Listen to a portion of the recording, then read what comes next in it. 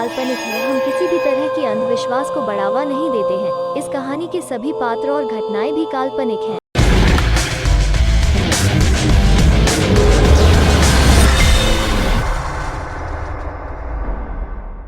मेरा नाम शॉन है। मुझे पता भी नहीं कि ये नाम मुझे किसने दिया, क्योंकि मैं अनाथ हूँ। बचपन से ही समाज के लोगों ने मुझे तड़पाया, क्योंकि मेरा इस दुनिया में कोई भी नहीं। मेरा पालन पोषण एक अनाथालय में हुआ। मुझे बचपन से ही इतना तड़पाया गया कि मेरा भगवान और इंसानियत पर से भरोसा ही उठ गया, और मैंने भगवान को छोड़ शैतान की पूजा करना शुरू कर दिया। और मेरा यकीन मानो, शैतानों ने मुझे वो सब कुछ दिया जो मैं हमेशा से चाहता था। शैतानों ने मुझे शैतानी शक्तियाँ दी, जिससे मैं कोई भी नामुमकिन काम मुमकिन कर सकता था। इसके बाद मैंने उन लोगों से अपना बदला लिया जिन्होंने मुझे अनाथ कहा था, जिन्होंने मुझे बहुत बुरी तरह पीटा था, जिन लोगों ने मुझे जान से मारने की कोशिश की थी। मैंने उन सब को ख़त्म कर दिया। इसके बाद मैं अपनी बाकी की पढ़ाई पूरी करने के लिए सैल्मन क्रीक आ गया। मैं वहाँ भी ज़्यादा किसी से बात नहीं करता था, और ना ही मेरा वहाँ कोई दोस्त था। लोग मुझे वहाँ भी ताना मारते थे, पर ये सब मेरे लिए नया नहीं था। मैं चाहता तो अपनी शक्तियों से उनका मुंह हमेशा हमेशा के लिए बंद कर सकता था, पर मैंने ऐसा नहीं किया, क्योंकि मैं पहले ही बहुत लोगों का मुंह बंद कर चुका हूँ। मैंने सोचा कि बस अब और नहीं, मैं कब तक लोगों का मुंह बंद करता रहूँगा। इसलिए मैंने इन बातों को नज़रअंदाज करना शुरू कर दिया। ऐसे ही दिन बीतते गए, और मैं अब पहले से कई गुना ज़्यादा शक्तिशाली हो चुका था। पर एक दिन मेरी इस तनहा ज़िंदगी में एक लड़की आई। उसका नाम कार्ला था। वो मेरी सीट के ठीक आगे ही बैठती थी। धीरे धीरे मेरी उससे दोस्ती हो गई। अब हम ज़्यादातर वक्त एक साथ ही गुजारते थे, और धीरे धीरे कब ये दोस्ती प्यार में बदल गई हमें पता ही नहीं चला। और पढ़ाई पूरी होते ही हम शादी भी करने वाले थे। हम अब हमेशा के लिए एक होने वाले थे, पर शायद ईश्वर को यह मंजूर नहीं था, क्योंकि हमारा भेड़ियों के राजा दानिश से जंग के दौरान समायरा ने अपनी ब्रेसलेट की ताकत से मेरी दोस्त सिया का वार उसी पर पलट दिया, जिससे वो तो बच गई, पर उसका वार जाकर कार्ला को लग गया, और इस हादसे में कार्ला की मौत हो गई। उस वक्त मैं बहुत रोया। इसके बाद हमने उसकी अंतिम क्रिया की।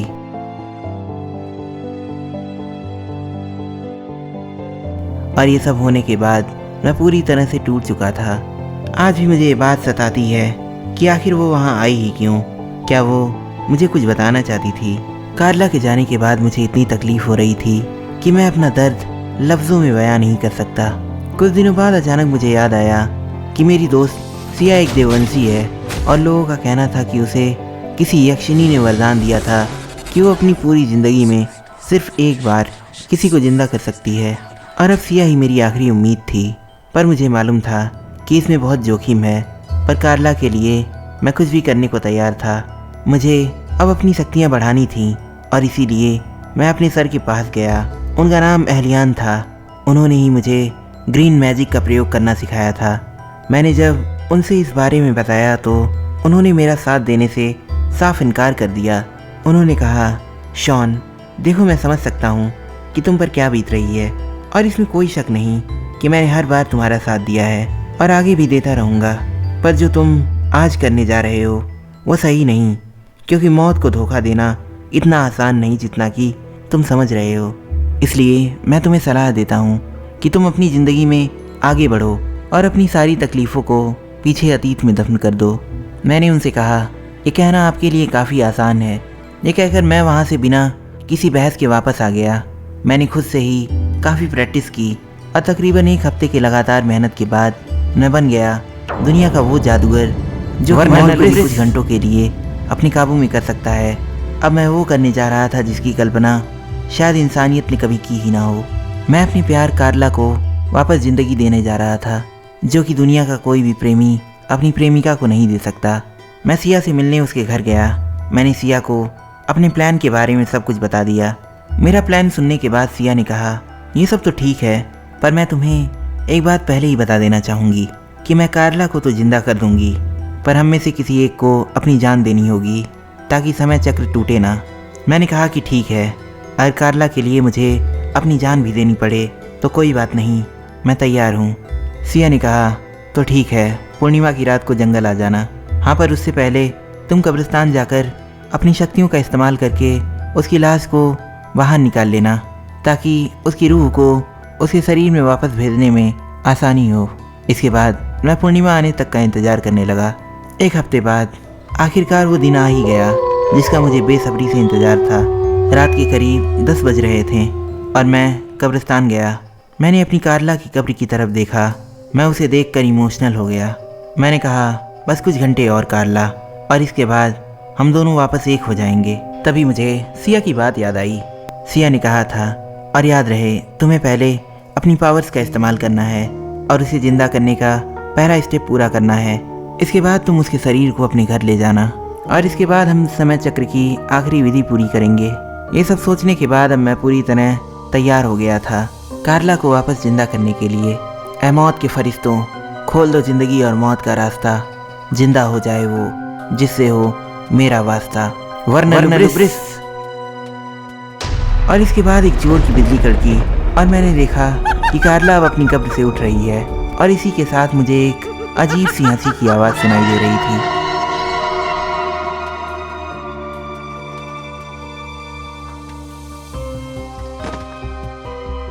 इसके बाद मैं उसे अपने घर ले आया। वह भी बेहोश थी। जब मैंने उसका मासूम चेहरा देखा तब मेरी आंखों में आंसू आ गए। मैंने मन में ही कहा, तुम चिंता मत करो कारला, मैं तुम्हें जल्द ही ठीक कर दूंगा। इसके बाद मैंने सिया को अपने घर आने के लिए मैसेज कर दिया। तभी अचानक मेरी नज़र कारला पर गई। वो होश में आ रही थी। ये देखकर मेरी खुशी का ठिकाना नहीं था, पर जैसे ही मैं उसके करीब जाने की कोशिश करता उसने मुझे जोर से धक्का दे दिया। मजबूरन मुझे कारला का हाथ बांधना पड़ा। पर जब मैंने कारला को ध्यान से देखा तो मुझे एक पल के लिए ऐसा लगा कि वो कारला नहीं थी। शायद ये उसका सिर्फ शरीर था, आत्मा तो उसकी कहीं और ही थी। कुछ देर बाद सिया मेरे घर आई। हम दोनों कारला को बचाने की बातें कर ही रहे थे कि तभी हमने देखा कि कारला के हाथ में एक गन है और वो अभी गोली चलाने ही वाली थी कि तभी सिया ने अपनी शक्ति का इस्तेमाल करके उसे बेहोश कर दिया। सिया ने कहा कि कारला इस तरह की हरकतें इसलिए कर रही है क्योंकि वो अभी पूरी तरीके से जिंदा नहीं है। उसे उसकी मौत वापस बुला रही है। वो अभी भी एक चलती फिरती लाश है। हमें जल्द से जल्द मुर्दों की दुनिया में जाना होगा।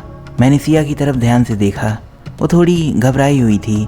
उसकी आंखों में कारला को लेकर वो दर्द साफ दिखाई दे रहा था। मैंने उससे पूछा कि क्या तुम ठीक हो? उसने जवाब दिया, हाँ मैं तो बिल्कुल ठीक हूँ, मुझे क्या हुआ? पर मेरा यकीन मानो, कोई न कोई बात तो ज़रूर थी जो उसे अंदर ही अंदर खाया जा रही थी। हमें पता था कि हमारे पास वक्त बहुत कम है, इसलिए हम तुरंत लाइब्रेरी में गए। इसके बाद हमने आगे की विधि शुरू की। ऐ मौत के फरिश्तों, खोल दो मुर्दों की दुनिया का रास्ता, ले चलो हमें वहाँ जहाँ से शुरू हुई थी कारला की मौत की दास्तां।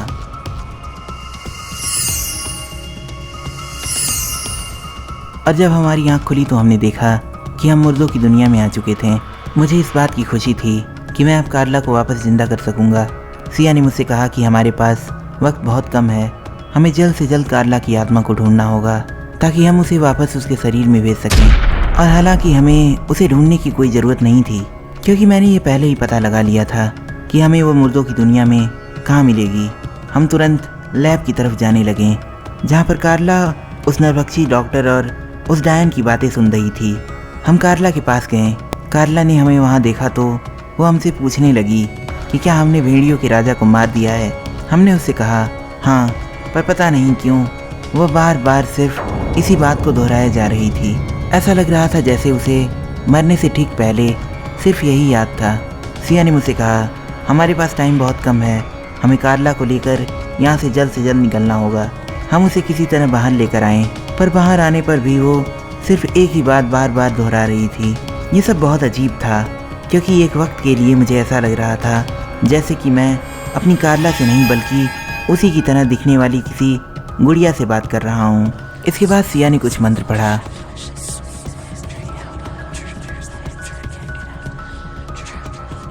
और कारला अपने आप हमारे घर की तरफ जाने लगी। इसके बाद सिया ने कहा जल्दी शॉन, हमारे पास सिर्फ 10 मिनट बचा है। इसके बाद हम जंगल की तरफ जाने लगे। जंगल के बीचों बीच पहुंचने के बाद सिया ने कहा अब हम अपनी अपनी मंजिल की तरफ चलते हैं।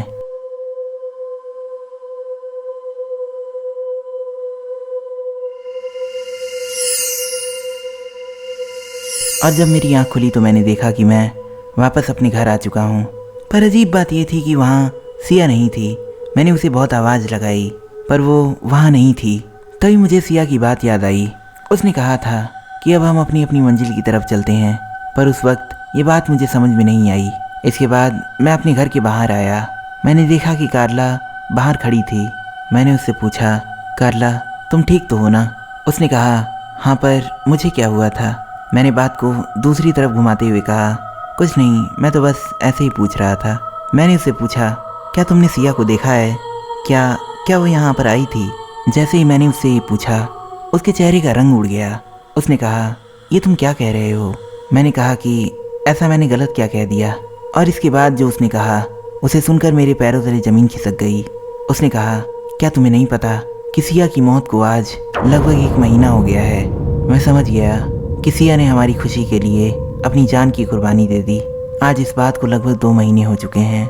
एलियान सर ने सही कहा था कि मौत को धोखा देना इतना आसान नहीं, क्योंकि आज भी जब मैं कार्ला से बात करता हूँ तो एक ही बात बार बार दोहराती है, मौत, मुझे मौत चाहिए।